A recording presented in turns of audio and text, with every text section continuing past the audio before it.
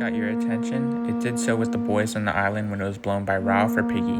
The power and authority of the conch in The Lord of the Flies is big in creating an organized and civilized society while they're stranded on the island. At the beginning, Ralph states that whoever held the conch had the authority of speaking at the assemblies, without interruptions.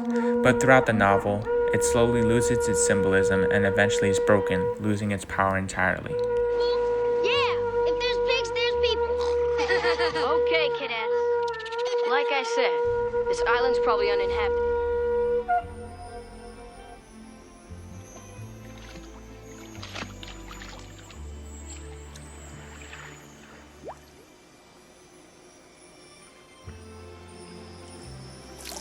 What's that? It's a conch. My granny had one. If it had a hole in it right there, you could really blow it.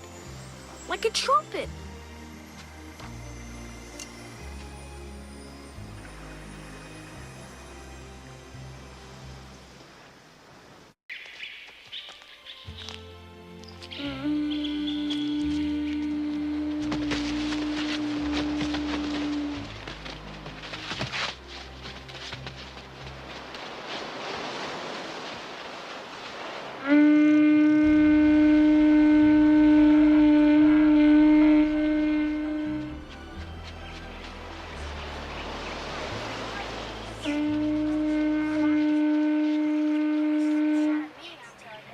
Okay, listen.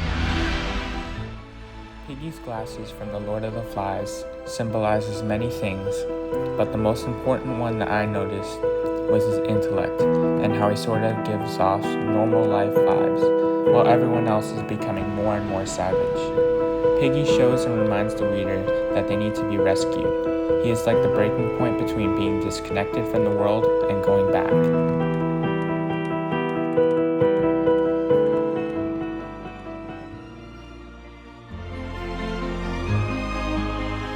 Is this a dagger which I see before me? The handle toward my hand. Come, let me clutch thee.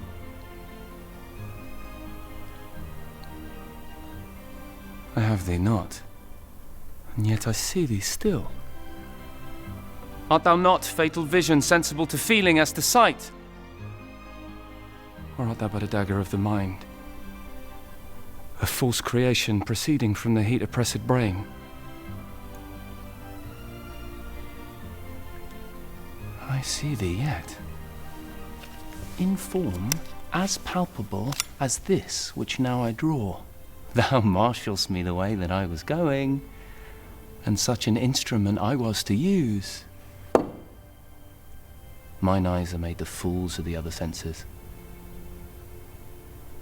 Or else worth all the rest. I see thee still. And on thy blade and dudgeon gouts of blood, which was not so before. There's no such thing.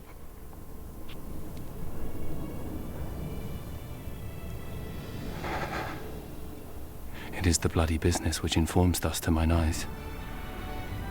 Now, oh, the one-half world nature seems dead, and wicked dreams abuse the curtained sleep. Witchcraft celebrates pale Hecate's offerings and withered murder. Alluren by his sentinel the wolf, whose howls his watch, thus with his stealthy pace, with Tarquin's ravishing strides towards his design, moves like a ghost. Thou sure and firm-set earth, hear not my steps, which way they walk, for fear thy very stones prate of my whereabouts, and take the present horror from the time which now suits with it. Whilst I threat, she lives. Words to the heat of deeds too cold breath gives. I go, and it is done, the bell invites me. Hear it not, Duncan, for it is a knell that summons thee to heaven or death. The dagger from Macbeth is one of the many hallucinations in Macbeth. The dagger symbolizes how he feels about killing Duncan. He feels a lot of guilt, and the line between what's real, like murder, and what is illusion, the dagger in his hand, begins to blur. The dagger guided Macbeth to Duncan's chamber, symbolizing his destiny and fate versus free will, as well as ambition. Another hallucination Macbeth has is the blood on his hands in response to the guilt he feels and the consequences of what he has done to his king. He sees blood that can't be washed away, reflecting how the crime will always stay with him. It also illustrates how his conscience takes over him and his moral, emotional states.